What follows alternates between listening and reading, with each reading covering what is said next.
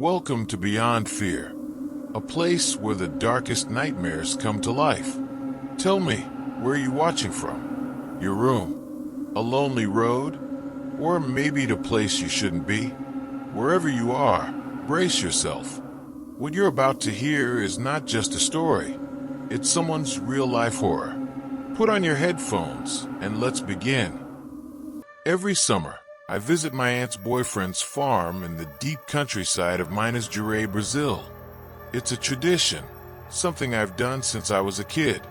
The farm is massive, acres of green fields, thick forests, and dirt roads that seem to stretch endlessly into the horizon. The air always carries the scent of soil and grass, and at night, the sky is clearer than anywhere else I've ever been. It feels like stepping into another world, one where time moves slower. My aunt's boyfriend, Ricardo, has lived here his whole life. His family has owned the land since the late 19th century, and they still run it the old-fashioned way. The main house is a large, colonial-style farmhouse, built decades ago, but still standing strong. Ricardo's family, my aunt, and my cousins all live there, tending to the land, the cattle, and the occasional group of visitors who come looking for a rural escape. I've always loved coming here, but this summer was different. I was older now, restless, looking for something more than just swimming in the river or riding horses. I wanted adventure. That's when I started bugging my cousin Alex. Alex was my age, maybe a year younger, and he knew every inch of this place like the back of his hand. If anyone could show me something new, it was him. At first, he wasn't interested in my idea of exploring beyond the usual spots. He said there wasn't much to see, just forests, pastures, and the occasional abandoned shack left to rot over the years. But I kept pushing. I wanted something different, something real. Finally, after days of pestering, he gave in. "All right," he said one morning, his voice reluctant. "You really want to explore? I'll take you to the old farmhouse." I frowned. Old farmhouse. The original house. The one my family used to live in a long time ago. It's been abandoned for years.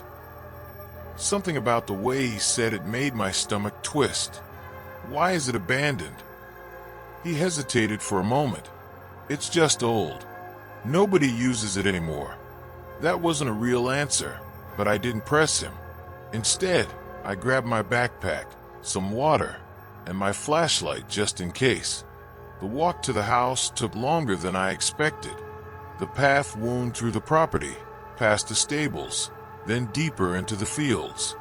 After nearly an hour of walking, we reached an area I had never seen before. And then I saw it. The house stood at the edge of a dense patch of trees, its dark silhouette looming against the bright morning sky. It wasn't huge, but it had an imposing presence. The walls were weathered, the paint long since peeled away. The wooden structure had sunk slightly, giving it a crooked, uneasy look. Vines crawled up the sides, snaking through the broken windows. The front door wasn't locked. It wasn't even fully closed, just barely resting against the frame, as if someone had walked in and never bothered to shut it behind them. I glanced at Alex. "Are you sure we should go in?" He exhaled slowly. "We came all this way." That wasn't exactly reassuring. I pushed the door open. It creaked loudly, the sound echoing through the empty space inside.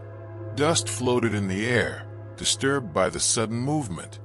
We stepped in. The first thing I noticed were the walls.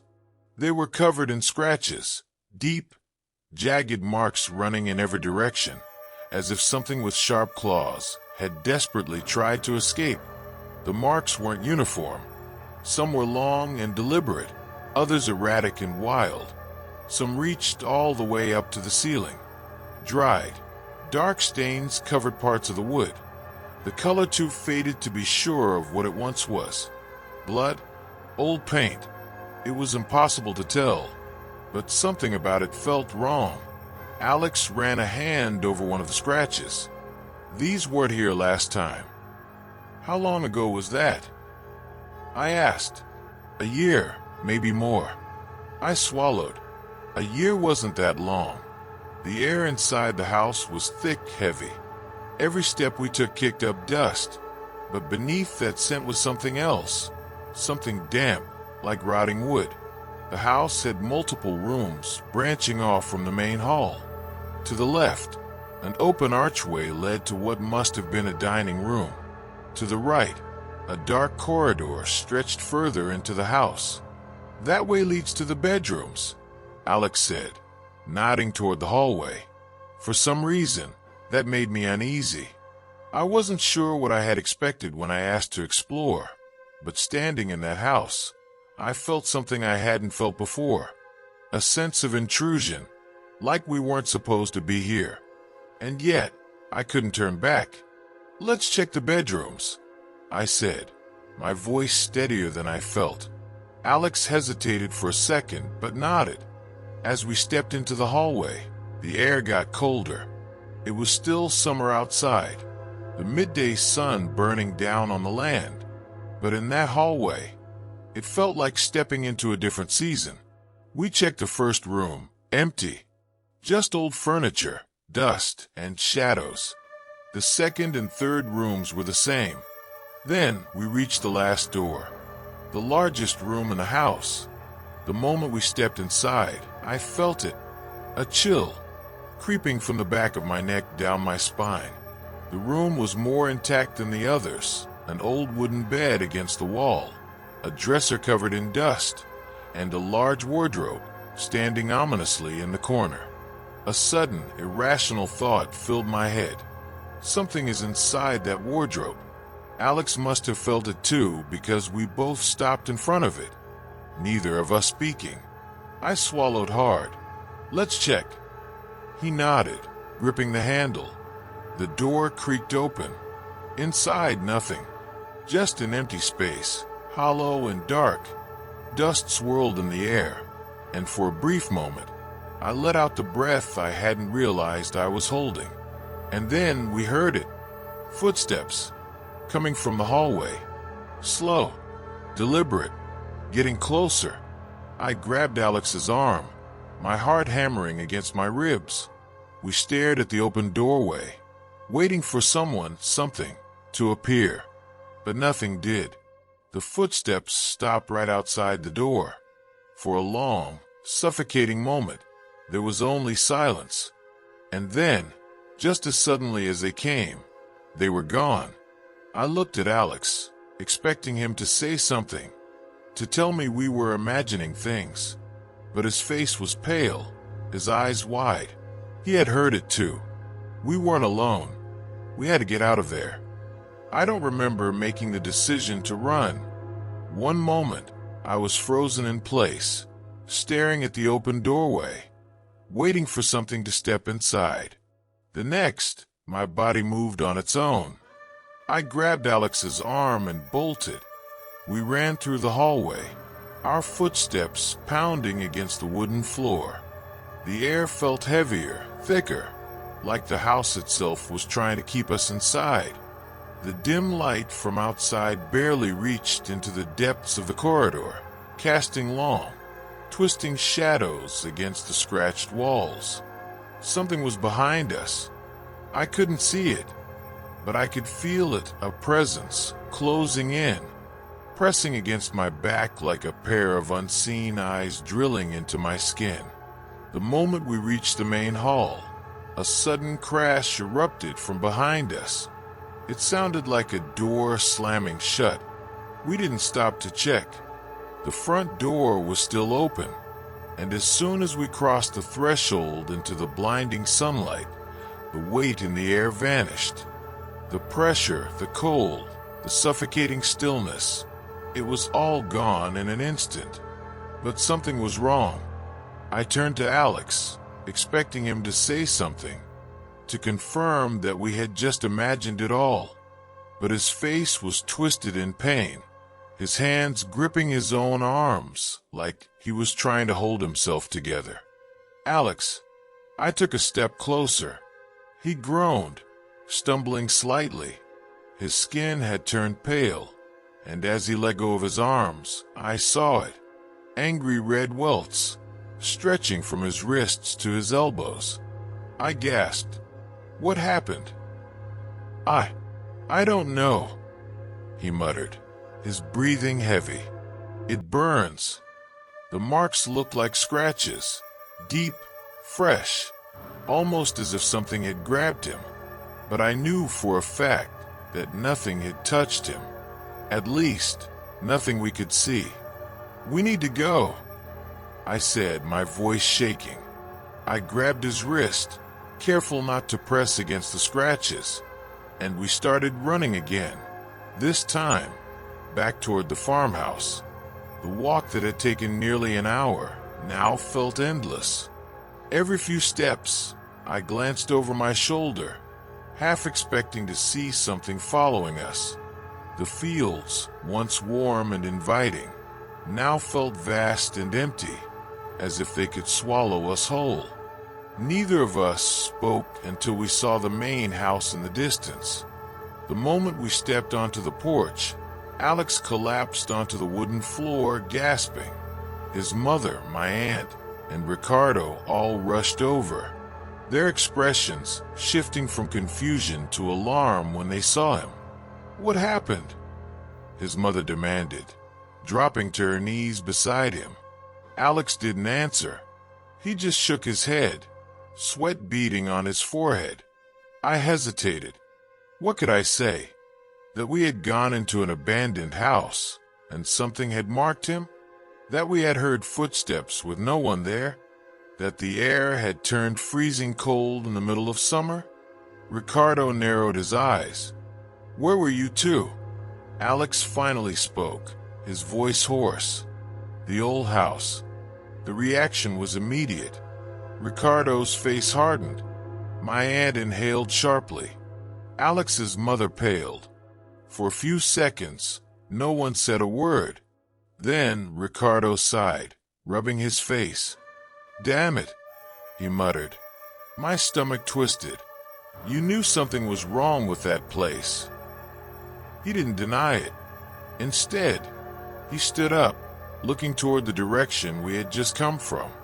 That house should have been torn down a long time ago. I clenched my fists. Then why wasn't it?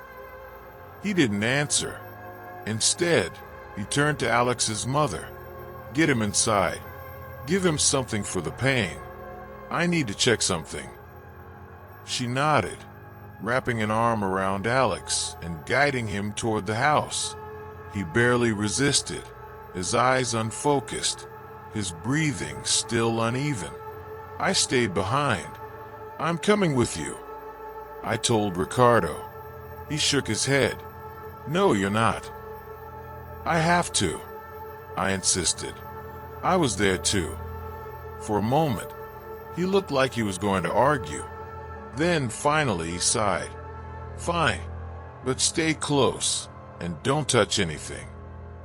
We set off toward the old house again. This time, the air felt even heavier. Ricardo and I walked in silence. The air had shifted thicker, heavier, as if the land itself was holding its breath. Even with the sun still high in the sky, the path to the old house felt darker, the trees casting long shadows that didn't seem natural. I kept glancing at Ricardo. He moved with purpose, his jaw clenched, his eyes locked ahead. He knew something. I swallowed hard. You've been there before, haven't you? He didn't answer right away. Instead, he let out a slow breath. Yeah, he finally said. A long time ago. I wanted to press him for details, but something about his tone told me he wasn't ready to talk. The house appeared over the hill, just as lifeless and empty as before. But now, knowing what had happened, it felt different, like it was watching us. We reached the front porch, and Ricardo hesitated before stepping inside. He scanned the doorway, the edges of the frame, and then sighed. Damn it, he muttered under his breath. What? I whispered. He shook his head. I was hoping I was wrong. Before I could ask what he meant, he pushed open the door. The house was exactly as we had left it. Dust hung in the air, illuminated by the dim sunlight slipping through the broken windows. The scratches on the walls were still there, jagged and deep, the strange brown stains untouched. I felt a chill run down my spine. Ricardo stepped forward, his boots creaking against the wooden floor. Show me where it happened. I led him down the hallway toward the last bedroom. Every step felt heavier, like the air itself was pushing against me. We reached the doorway, and I hesitated. The room looked exactly the same. The musty smell, the untouched dust, the open wardrobe. But something was off. Ricardo walked in first. He scanned the room carefully, his fingers grazing the edge of the wardrobe. His expression darkened. I took a deep breath. Ricardo, what's going on? He turned to me, his face unreadable. This house isn't empty. My heart skipped a beat. What do you mean? He gestured toward the floor. I followed his gaze and felt my stomach drop. Footprints. Not ours. Deep imprints in the dust, leading from the wardrobe to the door, and stopping right in front of where we stood. I staggered back. No one else was here. I whispered. Ricardo didn't look surprised. Not someone, he said. Something. The air grew colder. A soft creak echoed from behind us. The wardrobe door had moved. Ricardo grabbed my wrist. We're leaving. Now. I didn't argue. We turned and hurried down the hallway. I fought the urge to look over my shoulder, but the feeling of something following us only grew stronger. The moment we stepped out into the sunlight, the air seemed to snap back to normal. The weight lifted. The house behind us stood silent once again. Ricardo exhaled sharply. This isn't over, he muttered. I swallowed the lump in my throat. What is this place? He glanced at me, his expression grim. This house has a history, he said. And if you heard footsteps, if Alex was touched. He trailed off, shaking his head. I didn't like where this was going. What are you saying? Ricardo stared back at the house, his jaw tightening. I'm saying we woke something up. That night, I couldn't sleep. Ricardo's words echoed in my head. We woke something up. The house, the footsteps, the marks on Alex's skin. None of it made sense, but my gut told me one thing for sure. Whatever had been inside that house hadn't stayed there. It was aware of us now. I lay in bed, staring at the ceiling, listening. Every creak of the old farmhouse made my heart race. The walls felt thinner, like the house itself was breathing around me. Then, around 3 a.m., I heard it. A tap tap tap at my window. I froze. My stomach twisted into a knot. The farmhouse was in the middle of nowhere. No neighbors, no passing cars, just open land, trees, and that other house in the distance. I turned my head slowly. The curtains fluttered slightly, moving as if a breeze had slipped through, except the window was closed. Another tap tap tap. I swallowed hard, my throat dry. I told myself it was a branch, just the wind, but deep down I knew better. Gathering every ounce of courage, I sat up and reached for my phone, using the dim glow of the screen to light the room. Then I saw it, a shadow, outside the window, not moving, not shifting, just standing there. I stopped breathing. The shape was tall, vaguely human, but wrong. Its shoulders were hunched, its head tilted at an unnatural angle. I couldn't see a face, just darkness pressed against the glass. The moment my eyes locked onto it, the tapping stopped. For what felt like an eternity, I sat frozen, unable to look away. Then slowly, too slowly.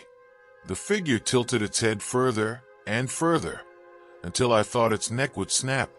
My body finally responded. I grabbed my blanket and threw it over my head, curling into a ball. I squeezed my eyes shut, heart hammering. I don't know how long I stayed like that. Minutes? Hours? I must have fallen asleep out of pure exhaustion, because when I woke up, the sun was already rising. I hesitated before pulling the blanket down. The room looked normal, except for one thing. The window. The glass was covered in long, deep scratches, like something had been dragging its nails down it all night. At breakfast, I barely touched my food. Alex sat across from me, quiet and pale, still recovering from whatever had happened at the house. Ricardo walked in, took one look at me, and frowned. "You saw it, didn't you?" I swallowed hard. Something was at my window last night. He sighed and rubbed his face. I was afraid of that. I clenched my fists. "Ricardo, what the hell is going on?" He hesitated, then leaned in. His voice dropped to a whisper. "I didn't tell you everything about that house." Alex and I exchanged a nervous glance. Ricardo exhaled. "Years ago, before it was abandoned, people said the owner was into things. Dark things. He lost his wife. His son disappeared. Then one day, he just vanished too. No trace. The house sat empty for years." I shuddered. And the scratches on the walls? The footsteps? Ricardo's jaw tightened. "People say whatever he was doing there, it left something behind." I felt my stomach drop. Alex finally spoke. "Are you saying that thing at her window?" Ricardo cut him off. "I'm saying we need to stay away from that house." His eyes locked onto mine. "Especially you." I didn't argue. I wanted to forget. I wanted to pretend none of this had happened. But deep down, I knew it wasn't that simple. Whatever had woken up in that house, it wasn't done with me yet. I wanted to believe Ricardo. I wanted to stay away. But some part of me, whether it was fear, curiosity, or something darker, refused to let this go. Because deep down, I knew this wasn't over. And I was right. That night, I barely slept. Every time I closed my eyes, I saw that shadow outside my window. I heard the tap-tap-tap against the glass. By morning, I had made up my mind. I had to go back.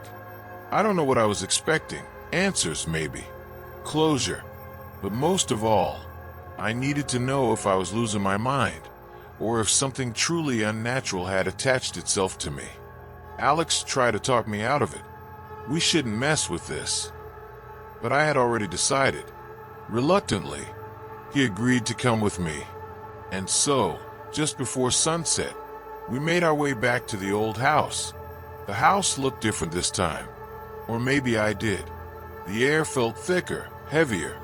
The walls, once covered in scratches, were eerily smooth. It was as if the house had healed itself, or as if it had been waiting. We stepped inside. The floorboards creaked beneath us. Dust hung thick in the air, disturbed by our presence. And then we heard it, a whisper, faint, indistinct, coming from down the hall. I turned to Alex, my pulse pounding. He had gone pale. "Did you hear that?" I whispered. He nodded. The whispering grew louder. It was coming from the last room, the one where we had found the wardrobe, where I had felt the cold. We stepped forward, inch by inch, the whispers growing into something almost intelligible. I reached the door and hesitated. Then, slowly, I pushed it open. The room was empty. No furniture, no dust, no sign that anyone had ever set foot in there before. Except for one thing, the wardrobe, still standing in the corner, waiting. A chill ran down my spine. Alex whispered, "Let's get out of here." But I couldn't move. The whispering had stopped. The silence was deafening. Then, from deep inside the wardrobe, I heard it. A slow, deliberate knock. Knock, knock, knock. Alex grabbed my arm. We need to go. Now. But I couldn't move. I was rooted in place, staring at the wardrobe. Then the door swung open on its own. Inside, there was no clothing, no shelves, nothing, just darkness. A deep, unnatural void that seemed to stretch on forever. Then the whispering returned. But this time, it was right behind us. I spun around, and there it was, the shadow, standing in the doorway, its head tilted, its form flickering like a dying flame. Then it lunged. I don't remember screaming. I don't remember running. I only remember the sheer, overwhelming terror as Alex dragged me out of that house. We didn't stop running until we reached the farmhouse. By the time we got there, my hands were ice cold. My vision was swimming. My whole body felt wrong. Ricardo took one look at us and knew. You went back, he said, voice shaking. I nodded, still breathless. It's real. It's real. He closed his eyes, exhaling shakily. Then he grabbed something from a drawer, a bundle of dried herbs, a small bottle, something that smelled of smoke and earth. We need to cleanse you, he said. The ritual took nearly an hour. Candles, prayers, smoke filling the room. I don't know if I believed in it, but I was desperate. At one point, Ricardo muttered something under his breath. His eyes locked onto mine. It marked you. The words sent a shiver down my spine. What does that mean? He didn't answer. We left the farm the next day. I never went back. But sometimes, late at night, I still hear it. The tap, tap, tap at my window. And when I close my eyes, I see the wardrobe and the darkness waiting inside. If you enjoyed this chilling story, don't forget to subscribe to Beyond Fear and hit the bell icon so you won't miss any of our upcoming videos.